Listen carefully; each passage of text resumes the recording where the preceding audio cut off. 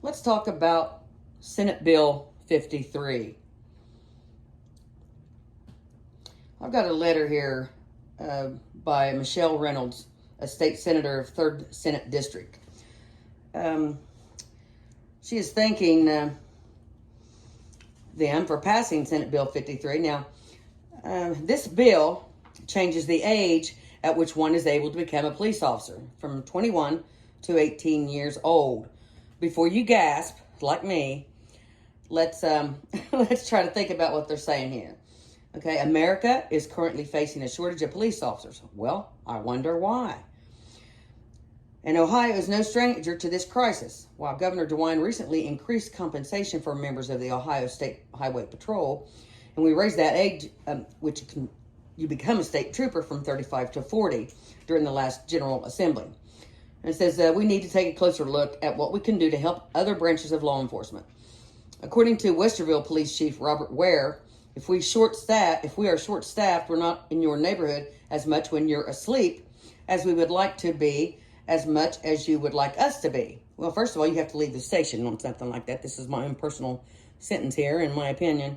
If you're at the station, you're not going to help anybody out on the streets, right? But you can do all kinds of stuff after hours when everybody's asleep, right? If you're that corrupt. So anyway, I'll be going on here with this. Excuse me, I had to put my 2 cents in there. If we're short-staffed, we're not as much in your neighborhood as you'd like us to be. Coupled with the fact that Ohio has experienced its highest rate of violent crime in over a decade, legislators should explore what additional steps we can take to help alleviate the strain on local precincts from facing recruiting and staffing shortages.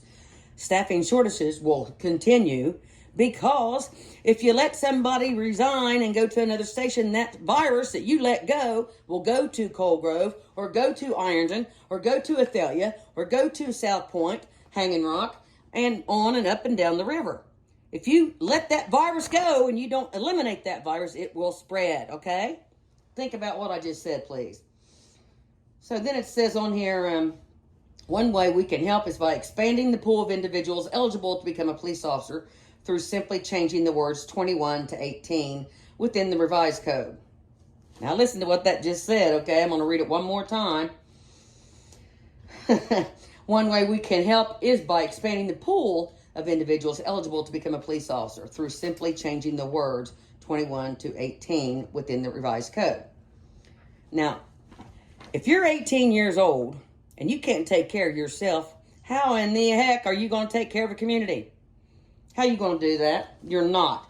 You're going to be just like these young kids that get a badge and a gun, and they will corrupt each other and they become the gang in blue. That's just it. That's just it. That's not my term. That's been a long time term. And it says, let's see here, it goes on. It says, this change would permit all communities to appoint police officers at age 18, freeing up 3 additional years of eligibility candidates. It is important to note that this law would make it permissive, meaning departments do not have to change their current hiring practices if they do not want to. Okay, let me put my finger right here on this.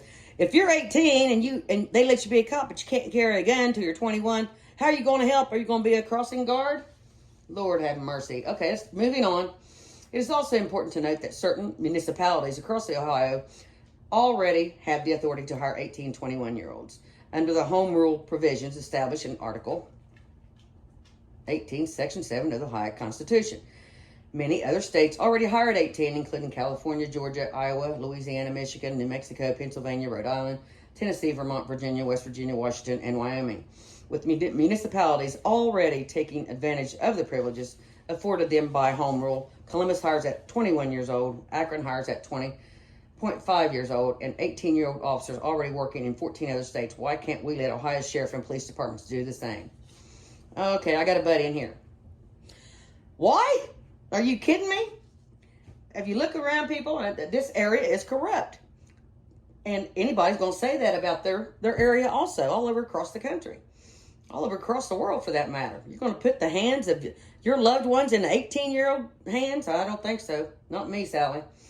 So anyway, and it says, this change will help ease our current officer shortage. If they were good officers, there wouldn't be a shortage. They would be prideful of their job. They'd be not worrying about what they can take from people, but what they can give. This is just nonsense here. It doesn't mention anything about, talks about an article in the Columbus Dispatch. But I'm going to be continuing to talk about Senate Bill 53 here in Ohio regarding police officers being 18 years old. And it says here, let me see here. Just tons of paperwork here, and I'll get to it. And I've got testimonies of other senators and all that about it. And it talks also about a survey, recruitment and retention, community struggle in meeting the basic needs of the residents. Well, you think? What does it take to be a good, honest police officer? What does it take? Don't cost anything. It don't take much energy, really. All you got to do is be kind, be aware of your surroundings, and there doesn't have to be two cops to be a good cop, bad cop. You let the person you're arresting determine whether you need to be a good cop or bad cop. If you respect them, as an individual instead of as a suspect, they might treat you a little differently also. This is Beth Riss, WITO Radio, the music you know and the station you love. I want to give a shout out to Sam, who was at the dog park today. Honey, I need you to contact me on my Facebook. It was so nice to meet you at the dog park, and give me a shout out on Facebook, sweetie. I want to talk to you. This is Beth Riss. God bless. Ironton, Ohio.